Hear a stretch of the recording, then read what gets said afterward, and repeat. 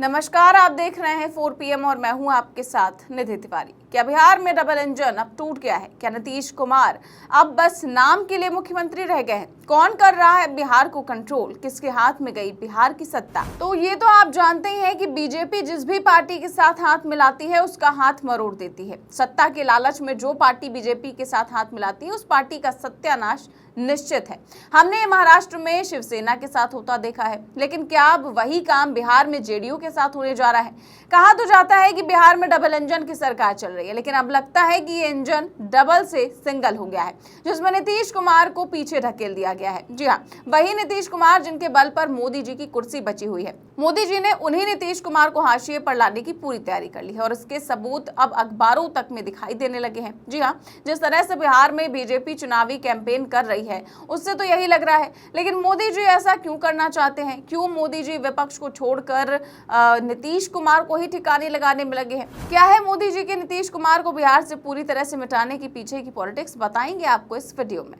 तो जिस बात का डर था वही अब होने जा रहा है। जिस तरह से हमने महाराष्ट्र में देखा था कि बीजेपी ने शिवसेना को 2 भागों में तोड़कर एक हिस्सा अपनी पार्टी में शामिल कर लिया था, समझिए वही महाराष्ट्र मॉडल अब बिहार में भी अप्लाई होने जा रहा है। नीतीश चाचा हमेशा मुख्यमंत्री की कुर्सी के लिए झगड़ते दिखाई देते हैं और बीजेपी खामोश रहती है, लेकिन अब बीजेपी की खामोशी की परतें खुल चुकी हैं। देखने में तो बिहार में अभी डबल इंजन की सरकार चल रही है, लेकिन असल में अब ये एक सिंगल इंजन ही बचा है। नीतीश कुमार वाला इंजन बंद पड़ गया है और मोदी जी का इंजन चालू है। पटना की राजनीतिक गलियारों में इन दिनों चर्चा है कि नीतीश कुमार इस वक्त अपनी पार्टी के उन नेताओं के इशारों पर चल रहे हैं जिनकी विचारधारा भारतीय जनता पार्टी के नजदीक है।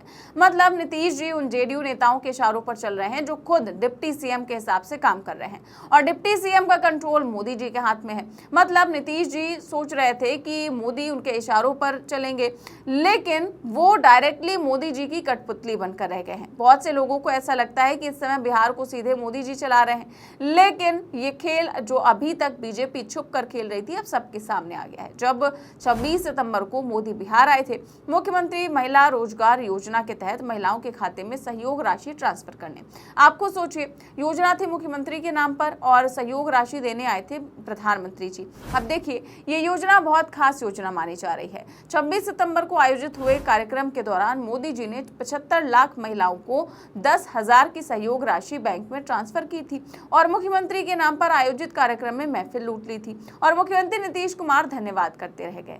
अब जरा सा एक बात हम कहेंगे कि इन्होंने जितना काम करवाया है बिहार के लिए, तो जरा खड़ा होकर के एक बार प्रणाम करिए, खड़ा होकर प्रणाम करिए। तो ये बहुत बड़ी बात है, इसलिए आप कहाँ बैठी हुई हो तुम लोग? खड़ा हो, वहां बैठे हुए खड़ा होके बोलो सब जगह। तो सब जगह से आप लोगों ने उनका स्वागत किया, एक एक बात जाना है, इसलिए मैं आप सबको मैं बधाई देता हूं। बहुत बहुत धन्यवाद। राज्य सरकार तो कर ही रही है, अब इनका जो सहयोग मिल रहा है इसलिए बिहार बहुत आगे बढ़ जाएगा, एक नया राज्य बनेगा। इन्हीं शब्दों के साथ आप सबको बहुत बहुत धन्यवाद।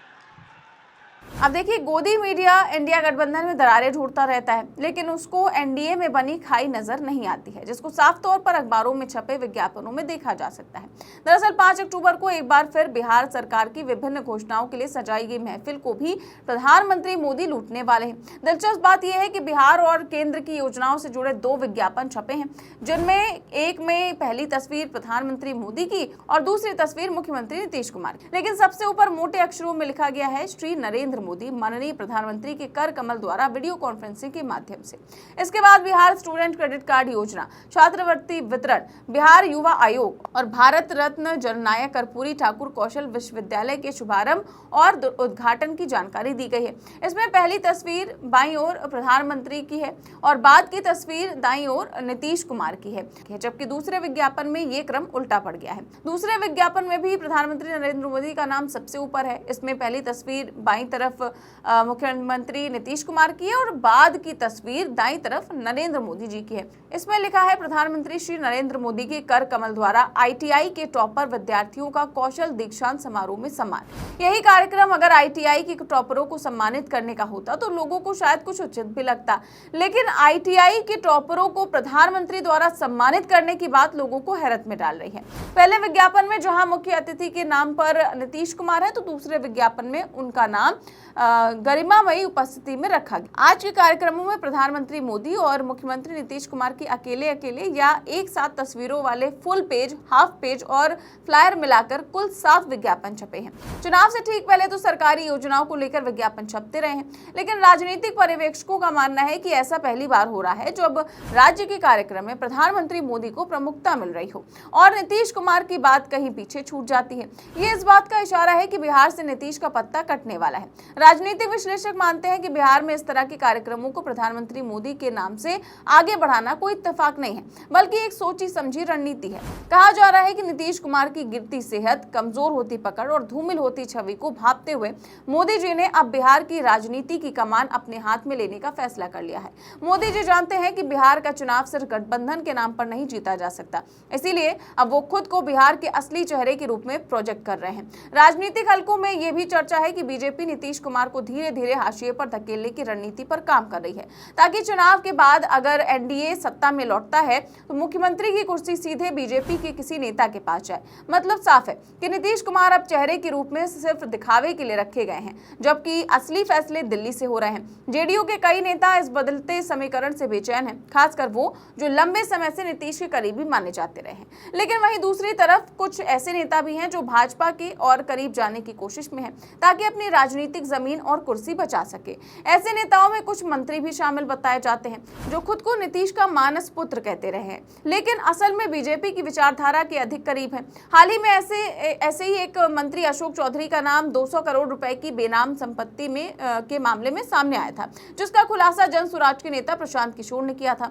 इसी तरह सोशल मीडिया पर एक वरिष्ठ पत्रकार ने लिखा था कि झा जी ने 5000 करोड़ की संपत्ति बनाई है। नाम नहीं बताया गया, लेकिन लोगों के कमेंट्स में जिस नेता का नाम उछला वो भी बीजेपी खेमे के नजदीक माने जाते हैं। कहा जा रहा है कि ऐसे कई नेता अब खुद को नीतीश की कार्रवाई से बचने के लिए बीजेपी की छत्रछाया में सुरक्षित महसूस कर रहे हैं। हाल ही में खबरें ये भी आई कि बीजेपी ने कई जगहों पर मुख्यमंत्री महिला रोजगार योजना जैसे सरकारी कार्यक्रमों को अपनी पार्टी के कार्यक्रम की तरह पेश करने की कोशिश की, यानी मुख्यमंत्री नीतीश कुमार की योजनाओं पर भी प्रधानमंत्री की मुहर लगाने का खेल चल रहा है। और हैरानी की बात यह है कि इस खुले तौर पर किए गए हाईजैक पर जेडीयू के शीर्ष नेतृत्व की तरफ से कोई तीखी प्रतिक्रिया नहीं आई है। वजह साफ है, जेडीयू के कई वरिष्ठ नेता भाजपा के साथ कदम से कदम मिलाकर चलना ही अपनी राजनीतिक सुरक्षा मान रहे हैं। हालांकि जेडीयू के भीतर एक धड़ा ऐसा भी है जो इन सब पर असंतुष्ट है और दबे स्वर में कहता है कि अब बिहार की कमान पूरी तरह मोदी के हाथ में चली गई है। नीतीश सिर्फ नाम के मुख्यमंत्री हैं। इतना तय है कि बिहार की सत्ता का समीकरण अब तेजी से बदल रहा है और अगर ये रफ्तार ऐसे ही बनी रही तो आने वाले महीनों में बिहार से नीतीश मॉडल पूरी तरह गायब होकर उसकी जगह मोदी मॉडल ले सकता है। फिलहाल इस पूरे मामले को लेकर के आप क्या सोचते हैं, हमें कमेंट बॉक्स में अपनी राय जरूर दें। चैनल को सब्सक्राइब भी करें और ज्वाइन भी करें। देश और दुनिया की तमाम बड़ी खबरें जानने के लिए देखते रहिए 4PM न्यूज नेटवर्क। नमस्कार।